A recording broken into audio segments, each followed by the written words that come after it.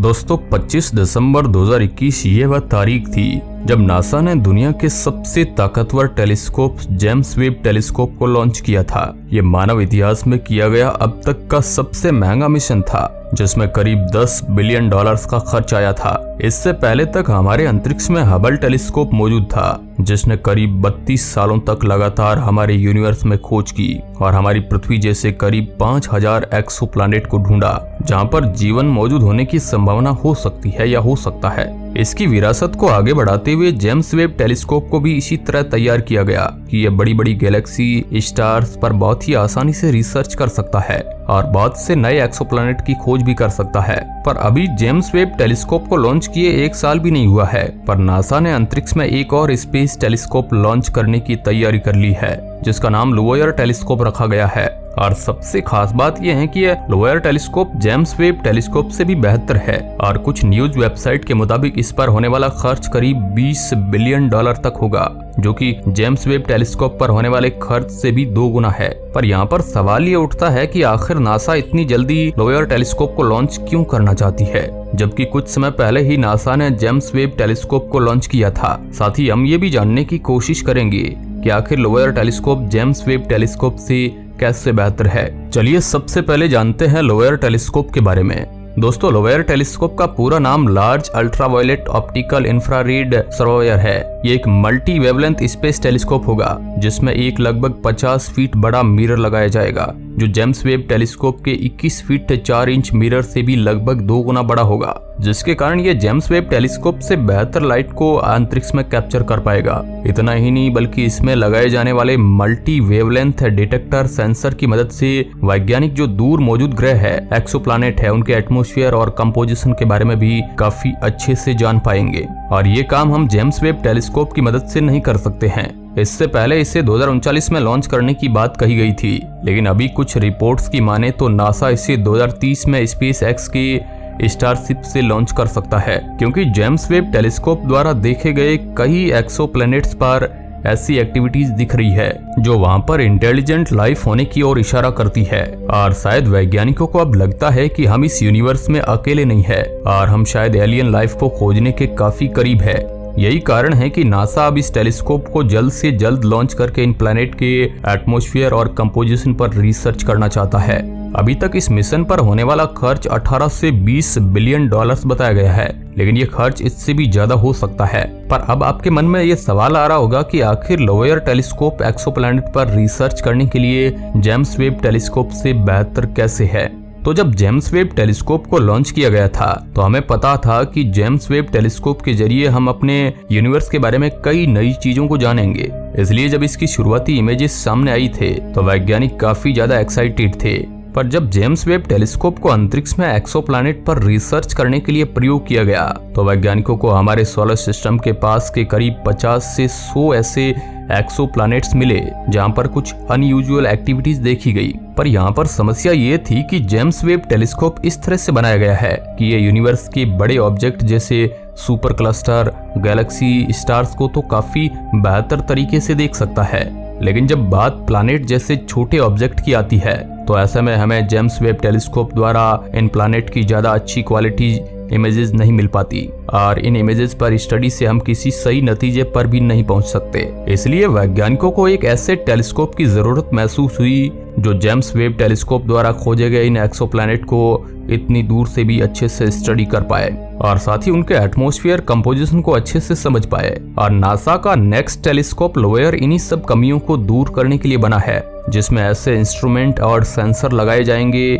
जिनकी मदद से हम उन प्लेनेट के एटमॉस्फेयर में मौजूद गैसों की मात्रा से लेकर उस प्लेनेट के सरफेस और उसके स्ट्रक्चर तक के बारे में काफी डिटेल से रिसर्च कर सकते हैं। चलिए जानते हैं आखिर लोयर टेलीस्कोप एक्सोप्लैनेट पर एलियन जीवन की खोज कैसे करेगा।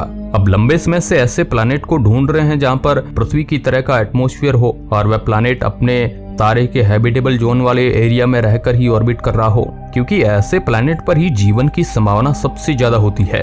वैसे इसमें हमने काफी कामयाबी हासिल की है और अपनी आकाश गंगा में ऐसे हजारों प्लैनेट्स को ढूंढा है जहां पर पृथ्वी की तरह पानी लिक्विड स्टेट में हो सकता है और वहां जीवन की संभावना भी। इसलिए जेम्स वेब टेलीस्कोप को लॉन्च करते समय वैज्ञानिक ये चाहते थे कि जेम्स वेब टेलीस्कोप इन एक्सोप्लैनेट पर अच्छे से स्टडी करे और नए एक्सोप्लैनेट को भी खोजे। इसलिए लॉन्च के बाद से ही इसे कई एक्सोप्लैनेट पर स्टडी करने के लिए प्रयोग किया गया। और जैसा कि मैंने आपको थोड़ी देर पहले बताया कि इस रिसर्च में वैज्ञानिकों को करीब 50 से लेकर 100 ऐसे एक्सोप्लैनेट मिले हैं जहां पर वैज्ञानिकों को लगता है कि एलियन लाइफ मौजूद हो सकती है। पर इसे कंफर्म करने के लिए हमें इन प्लैनेट्स के एटमॉस्फेयर में मौजूद गैसों की सही मात्रा, कंपोजिशन और इनके स्ट्रक्चर के बारे में काफी डिटेल वैज्ञानिकों को चाहिए। और इसके लिए सबसे अच्छा ऑप्शन तो यह होगा कि हम अपने किसी स्पेसक्राफ्ट को इन प्लैनेट पर भेजें। लेकिन समस्या यह है कि हमारी स्पेस ट्रेवल टेक्नोलॉजी अभी इतनी एडवांस नहीं है कि हम हमारी पृथ्वी से कई लाइट ईयर दूर किसी प्लैनेट पर अपने स्पेसक्राफ्ट को भेज सके। इसके अलावा इस तरह के मिशन में कई 100 सालों या फिर हजारों सालों का समय भी लग सकता है। और इतनी दूरी तक अपने किसी स्पेसक्राफ्ट से कम्युनिकेशन यानी कि संपर्क बनाए रखना भी अभी हम इंसानों के बस की बात नहीं है। इसलिए हमें एक ऐसी टेक्नोलॉजी की जरूरत है जिसकी मदद से हम अपने सोलर सिस्टम में ही रहकर हमसे दूर इन एक्सोप्लैनेट पर रिसर्च कर सके। और लोअर टेलीस्कोप को इसी तरह डिजाइन किया गया है कि इसमें लगे मल्टी वेवलेंथ सेंसर की मदद से हम इन एक्सोप्लैनेट के एटमॉस्फेयर के केमिकल कंपोजिशन के बारे में अपने सोलर सिस्टम में रहते हुए जान पाए, जिसमें हम ये भी जान पाएंगे कि आखिर इन एक्सोप्लैनेट का एटमॉस्फेयर कितना डेंस है और उसमें किस गैस की मात्रा कितनी ज्यादा है। इसके अलावा हम उनके लेवल को भी आइडेंटिफाई कर पाएंगे। हम ये देख सकेंगे कि उस एक्सोप्लैनेट के एटमॉस्फेयर में जीवन के लिए आवश्यक गैसेज जैसे ऑक्सीजन, मीथेन और कार्बन डाइऑक्साइड कितनी मात्रा में है। और साथ ही हम इन गैसेज के लेवल में होने वाले परिवर्तन को भी डिटेक्ट कर पाएंगे। और इतना ही नहीं बल्कि वैज्ञानिकों ने इस टेलीस्कोप में ऐसे सेंसर्स भी लगाए हैं जिनकी मदद से हम इन एक्सोप्लैनेट के सरफेस पर मौजूद पानी के बारे में भी जान सकते हैं। और इस सभी डाटा के जरिए हम ये अंदाजा लगा सकते हैं कि वह प्लैनेट जीवन के लिए कितना सूटेबल है और क्या वहाँ पर जीवन मौजूद है। नासा साइंटिस्ट रवि कुमार का कहना है कि किसी प्लैनेट के एटमॉस्फेयर में नाइट्रोजन ऑक्साइड के लेवल पर रिसर्च से हम ये साबित कर सकते हैं कि प्लैनेट पर कोई जीवन मौजूद है या नहीं। इसलिए लोअर टेलीस्कोप में लगाए जाने वाले लार्ज अल्ट्रावायलेट ऑप्टिकल इंस्ट्रूमेंट की मदद से हम किसी प्लैनेट के एटमॉस्फेयर में नाइट्रोजन ऑक्साइड लेवल को भी पता कर सकते हैं। ये इसलिए भी जरूरी हो जाता है क्योंकि किसी प्लैनेट के एटमॉस्फेयर में नाइट्रोजन ऑक्साइड लेवल उस प्लैनेट पर होने वाली लाइफ एक्टिविटीज को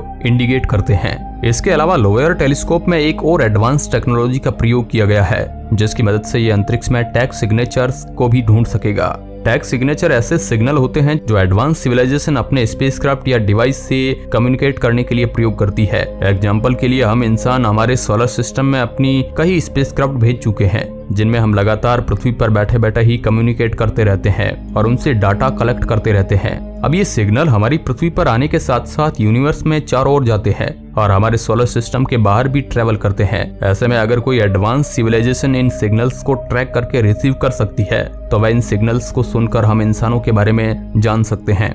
और इसी कॉन्सेप्ट का प्रयोग अब नासा लोअर टेलीस्कोप में करने जा रहा है। इसके लिए लोअर टेलीस्कोप में ऐसे कई एडवांस डिवाइस लगाए जाएंगे जो इन एक्सोप्लैनेट से आने वाले laser signals, weak radio signals, opticals जैसे सिग्नल्स को ट्रैक भी कर पाएंगे और जरूरत पड़ी तो उन्हें सुन भी पाएंगे और इनसे कम्युनिकेट भी कर पाएंगे। और अगर लोअर टेलीस्कोप की मदद से हम सच में हमारे सोलर सिस्टम के पास किसी एक्सोप्लैनेट पर इंटेलिजेंट एलियन लाइफ खोज लेते हैं तो हम इस टेलीस्कोप के जरिए वहां पर सिग्नल भी भेज पाएंगे और उनके सिग्नल्स को रिसीव भी कर पाएंगे। वैसे अभी तो इसका कोई मतलब नहीं बनता है, लेकिन जिस तरह से नासा के वैज्ञानिक इस प्रोजेक्ट पर तेजी से काम कर रहे हैं उसे देखकर लगता है कि कुछ तो ऐसा है जिसके कारण नासा इस तरह की डिवाइस इस टेलीस्कोप में लगा रही है। शायद सच में नासा को कुछ ऐसे सबूत मिले हो जिसके कारण नासा को लगता है कि हम इस यूनिवर्स में अकेले नहीं हैं, या फिर नासा को कुछ महसूस हुआ हो। तो दोस्तों, आपको लोअर टेलीस्कोप के बारे में क्या लगता है? आप अपना जवाब है जो हमें कमेंट के माध्यम से दे सकते हैं। हम इस चैनल पर इसी प्रकार की जानकारी से भरी वीडियो प्रसारित करते हैं, तो अगर आप इस चैनल को सब्सक्राइब नहीं किए हैं तो जरूर कर ले। धन्यवाद।